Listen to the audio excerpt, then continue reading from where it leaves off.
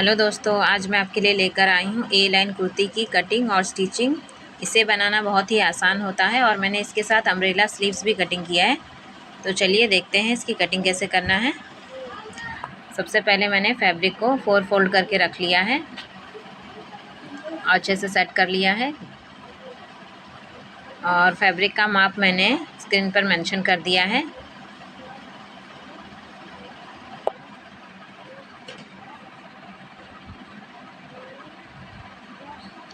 तो सबसे पहले हमें फुल लेंथ का माप लेना है। हम ए लाइन कुर्ती की कटिंग कर रहे हैं। तो फुल लेंथ है हमारा 34 इंच। तो एक निशान 34 इंच पर लगाना है और 2 इंच एक्स्ट्रा मार्जिन के लिए लेना है, यानी कि 36 इंच पर एक और निशान लगाना है। और इस तरफ से भी ऐसे ही माप लेना है। एक निशान 34 इंच पर और एक 36 इंच पर। फिर यहाँ से एक स्ट्रेट लाइन खींच लेनी है।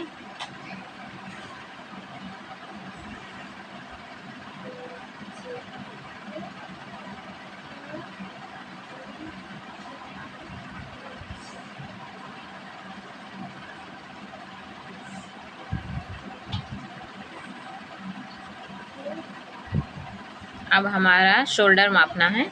हमारा शोल्डर का माप है 13 इंच। तो 13 का आधा लेंगे। 13 का आधा हो गया 6.5 इंच और उसमें हाफ इंच प्लस कर देंगे, यानी कि यहाँ से हमें 7 इंच लेना है।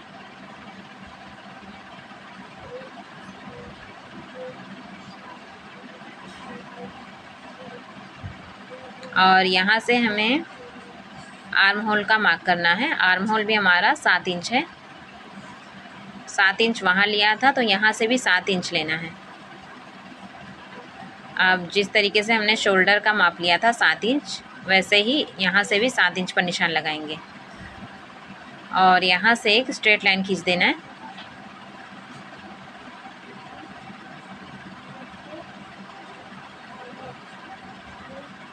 और यहाँ से भी एक स्ट्रेट लाइन खींच देनी है।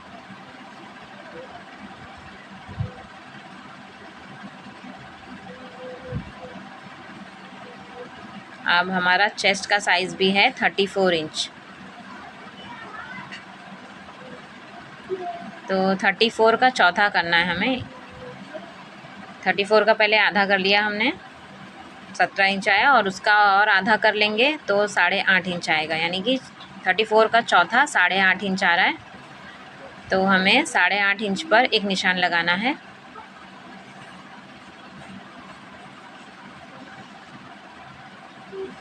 और 2 इंच एक्स्ट्रा मार्जिन के लिए लेना है।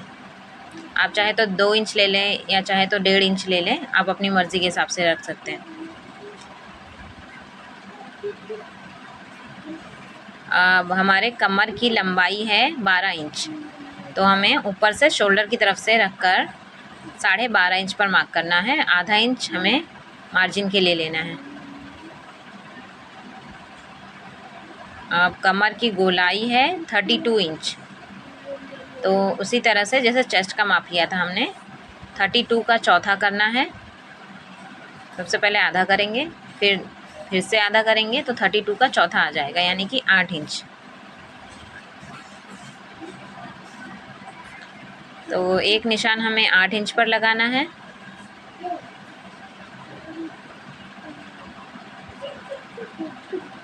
और दूसरा निशान 10 इंच पर, 2 इंच एक्स्ट्रा मार्जिन लेकर।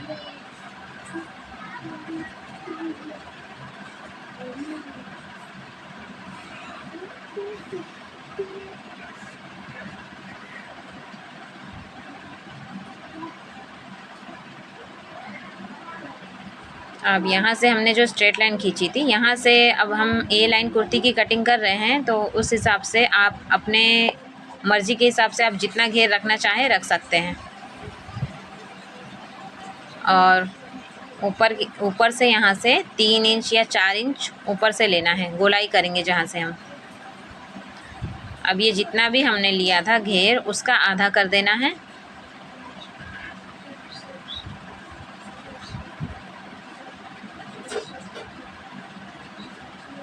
और यहाँ से एक राउंड शेप दे देना है, जो हमने 3 इंच ऊपर एक निशान लगाया था वहाँ तक।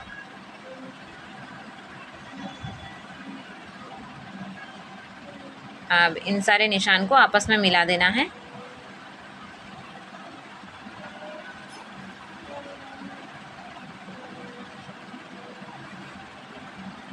अब हम ए लाइन कुर्ती की कटिंग कर रहे हैं, तो इसमें हम साइड कट वगैरह उसका निशान नहीं लगाएंगे। यहाँ से कमर से डायरेक्ट जो हमने घेर का निशान लगाया था वहाँ तक हमें शेप पट्टी रख कर स्ट्रेट लाइन खींच के मिला देना है।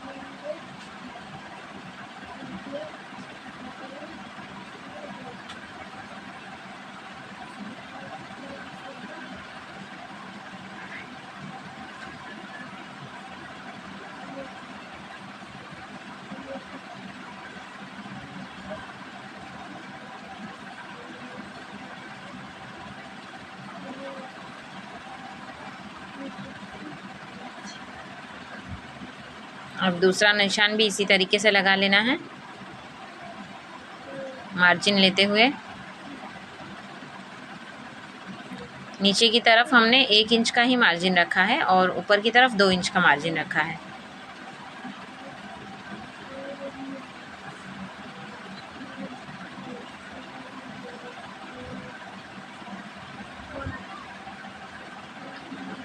अब हमारे गले की चौड़ाई है 5 इंच, तो 5 इंच का आधा लेना है, 2.5 इंच पर एक निशान लगा देना है यहाँ से।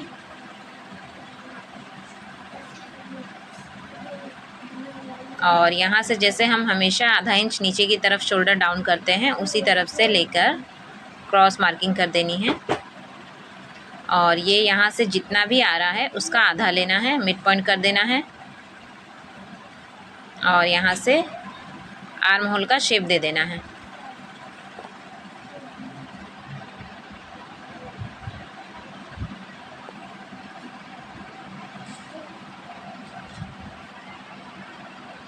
अब देखिए मार्किंग हो चुकी है। अब इस तरीके से हमें आउटलाइन पर कटिंग कर देना है।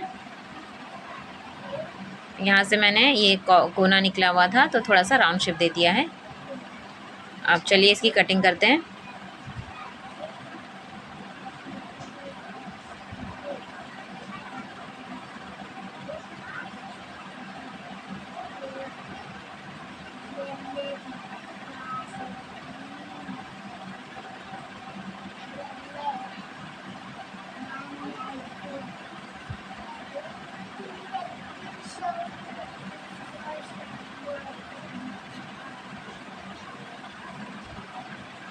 बिल्कुल इसी तरीके से आउटलाइन पर कट कर देना है और यहाँ से राउंड शेप देते हुए यहाँ से भी कट कर लेना है।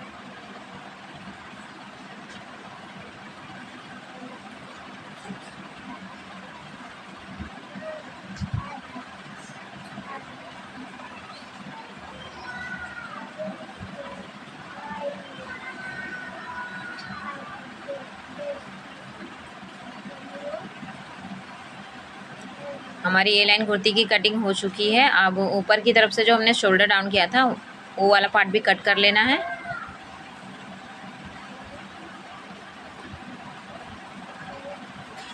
और एक कट लगा देना है गले के पास छोटा सा, और इसे भी अलग कर लेना है। यहाँ से फोल्डिंग वाला पार्ट है और ये शोल्डर के पास एक छोटा सा कट लगा देंगे जहाँ से हम नेक की कटिंग करेंगे बाद में। और कमर के पास से भी एक कट लगा देना है।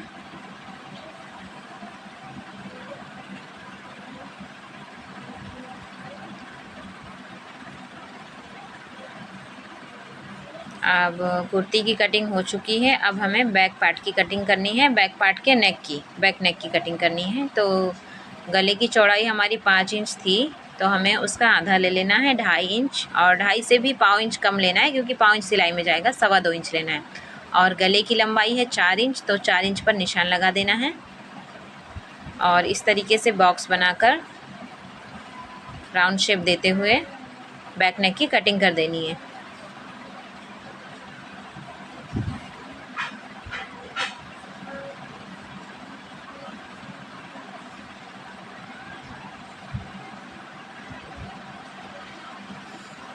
बैक नेक की भी कटिंग हो चुकी है। अब ये जो हमने बैक नेक कटिंग किया है उसके जो अंदर वाला पार्ट है उसे दूसरे फैब्रिक के ऊपर रखकर नेक के लिए हम पट्टी कट कर लेंगे। तो हमने एक डबल फोल्ड करके छोटा सा फैब्रिक ले लिया है। अब यहाँ से इस तरीके से उसके ऊपर कपड़े को रखकर मार्किंग कर लेनी है और बैक नेक के लिए पट्टी कट कर लेनी है।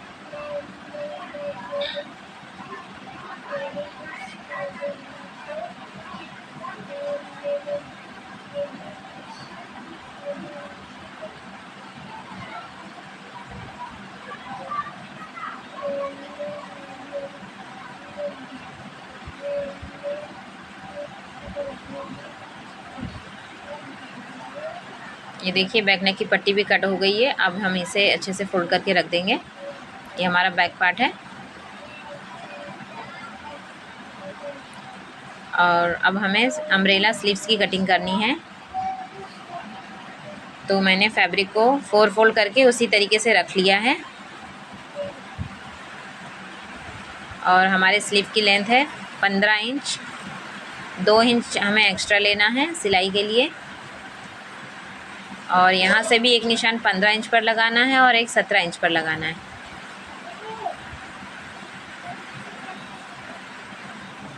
अब यहाँ से हमारे कोहनी की लंबाई लेनी है हमें 9 इंच पर।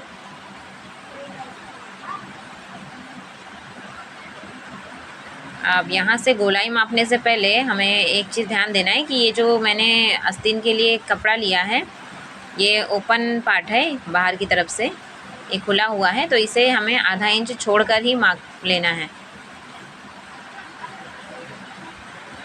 क्योंकि आधा इंच सिलाई में जाएगा इसके लिए। तो हमारी चेस्ट का साइज़ है 34। तो सबसे पहले हमें यहाँ से चेस्ट का चौथा लेना होता है स्लीव्स की कटिंग करने के लिए।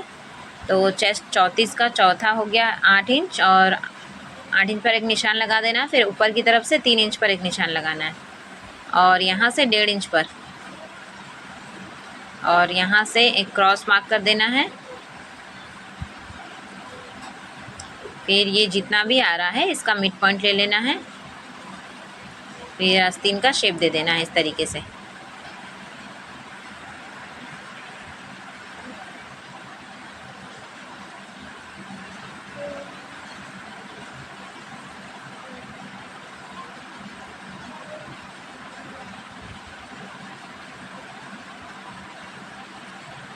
अब यहाँ से हमें 1 इंच ऊपर की तरफ ले लेना है, क्योंकि हम अम्ब्रेला स्लीव्स की कटिंग कर रहे हैं तो वो नीचे से लटके ना, इसके लिए 1 इंच ऊपर लिया जाता है। इसका हाफ करके यहाँ से हल्का सा राउंड शेप दे देना है। अब हमारे कोहनी की गोलाई लेनी है। यहाँ से आपका जितना भी आप अपने हिसाब से ले सकते हैं। मैंने 7 इंच पर निशान लगाया है मार्जिन के साथ। अब यहाँ से इस तरीके से मिला देना है सारे निशान को आपस में।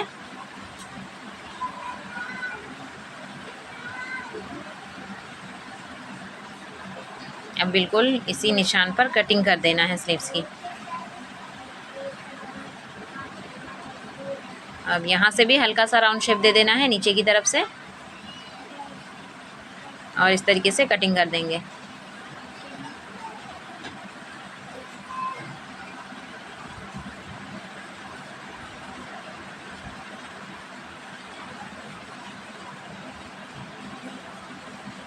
मैंने अभी जो कुर्ती की कटिंग और अम्ब्रेला स्लीव्स की कटिंग बताई है, मैं उसकी स्टिचिंग भी बताने वाली हूँ अपने लाइव क्लास में आज दोपहर में। तो अगर आपको उसकी स्टिचिंग देखनी है तो आप मेरी लाइव क्लास ज़रूर ज्वाइन कीजिए। और अगर आपको वीडियो अच्छी लगी हो तो मेरे वीडियो को लाइक कीजिए और मेरे चैनल को सब्सक्राइब ज़रूर कीजिए। Thank you.